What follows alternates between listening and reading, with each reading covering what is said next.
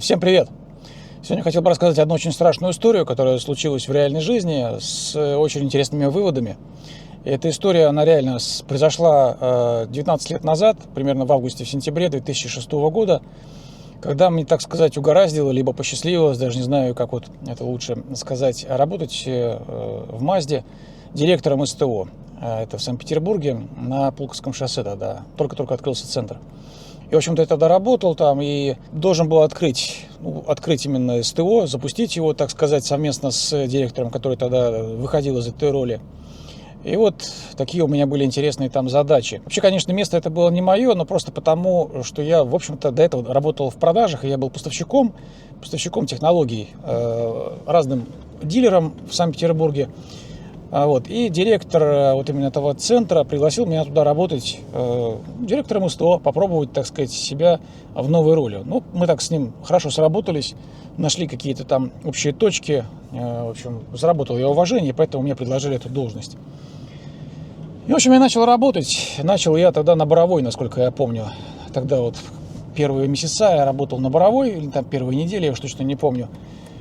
И мне нужно было поработать на разных участках для того, чтобы понять вообще, что к чему, как все это функционирует, как работает само по себе это СТО, и как бы с этими всеми уже идеями, с моим опытом и с тем, что я увижу, идти дальше на улучшение, так сказать, на развитие, и так далее, всего этого вот бизнеса. Точнее, вот этой вот части бизнеса, как станция технического обслуживания, в которую входили там и, разумеется, и шиномонтажные участки, слесарные участки, и кузовные участки, и покрасочные. В общем, целая куча всего было интересного. Так вот, я туда устроился и начал свою так называемую вот эту вот практику, да, где мне нужно было проработать в разных департаментах несколько недель. И первая или вторая неделя, я точно уже не помню, работал я как раз на СТО, рядом с мастерами сидел. И это находилось как раз на Боровой.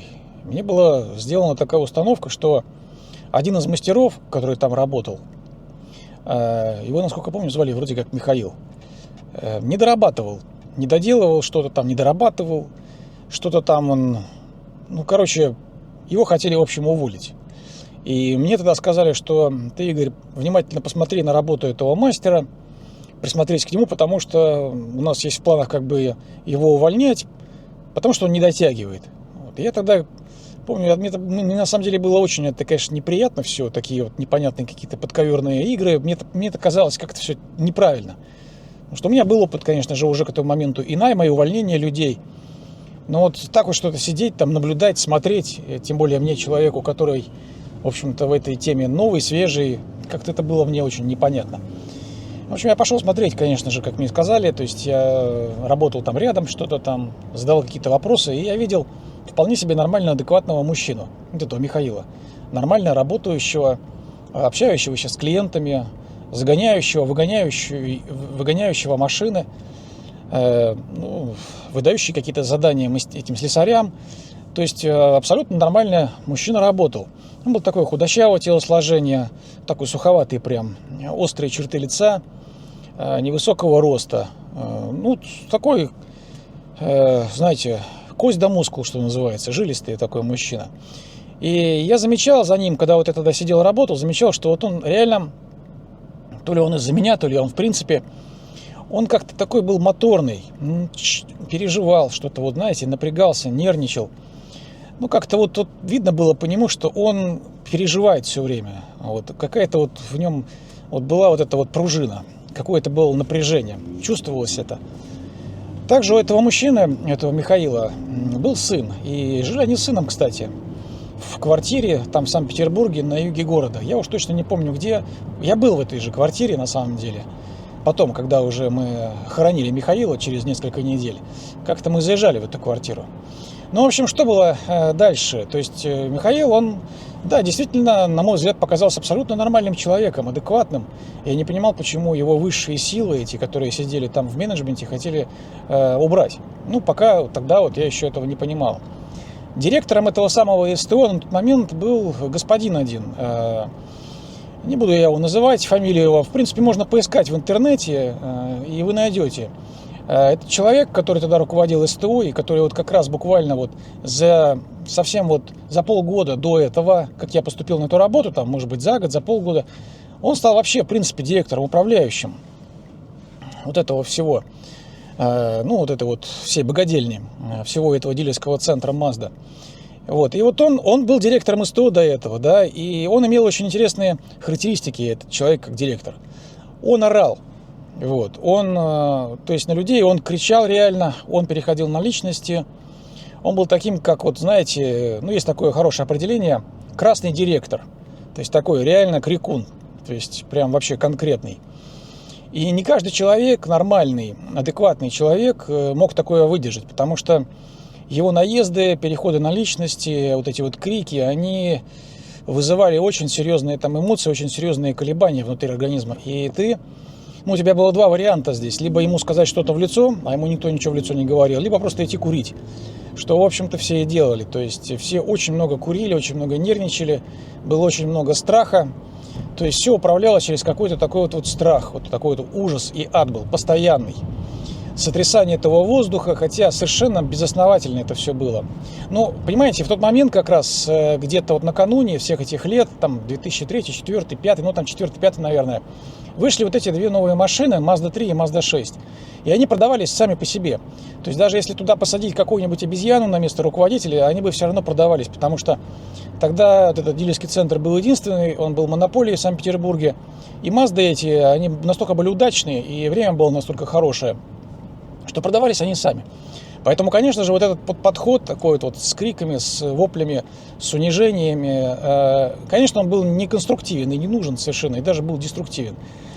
Вот. С другой стороны, конечно же, да, вот этот подход он сделал таким образом, что там в Мазде, в этом дилерском центре ходили все по струнке, то есть все там всего боялись.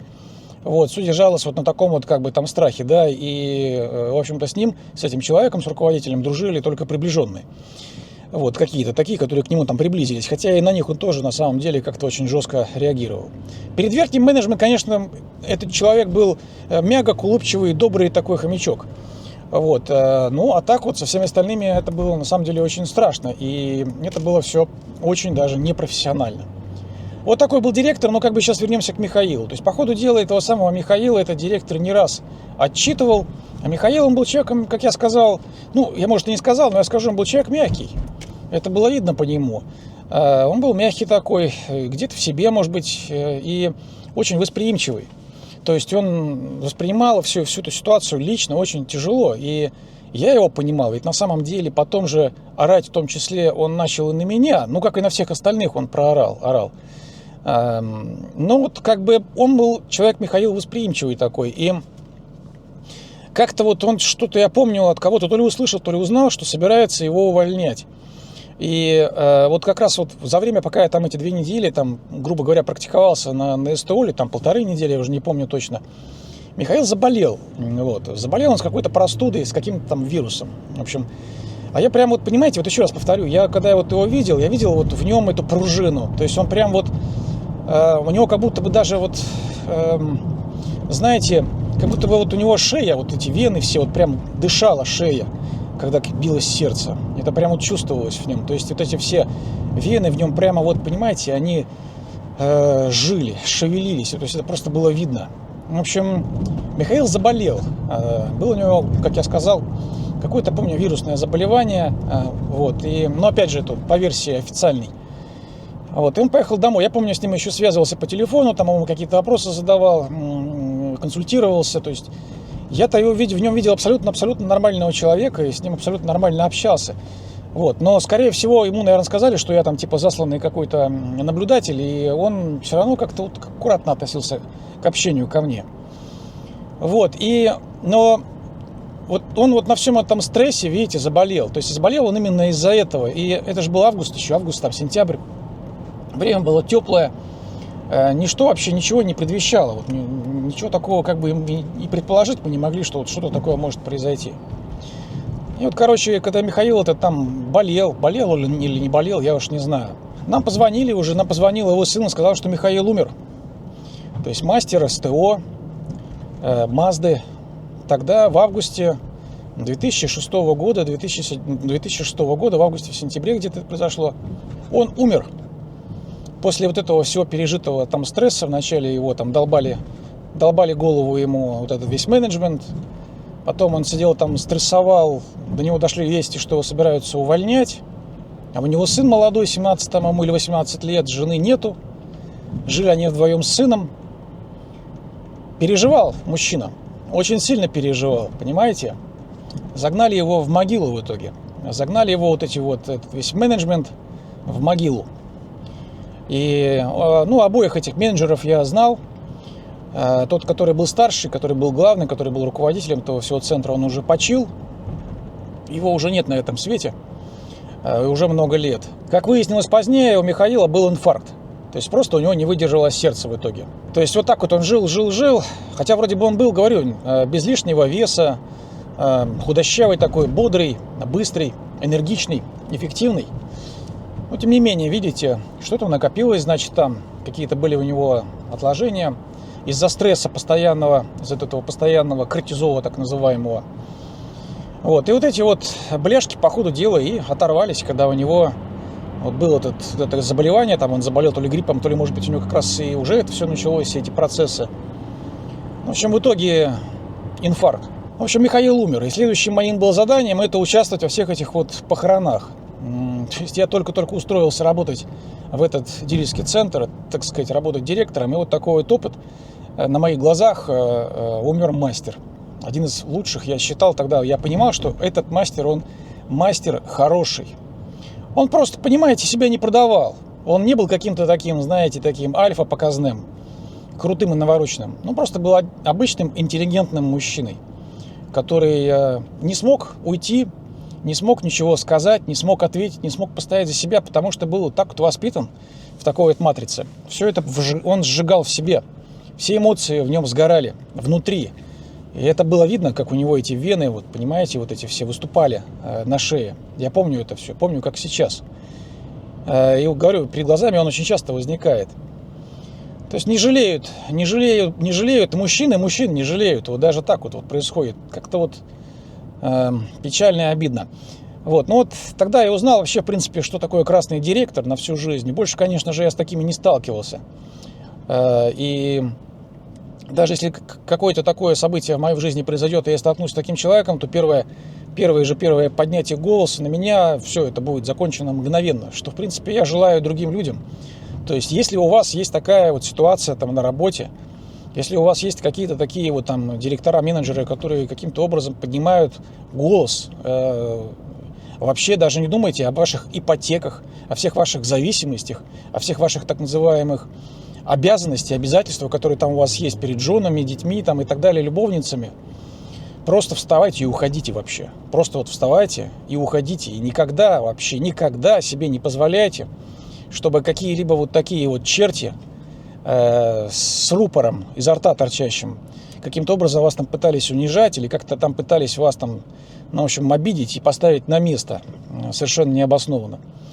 Вот такая вот, в общем, вот история человека.